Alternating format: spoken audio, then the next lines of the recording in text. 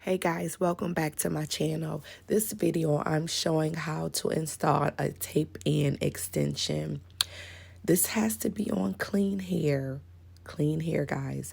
And then you have to lay the tape extension down, part it because we're going to do a sandwich right here. Make sure all the hairs are up and no stragglies.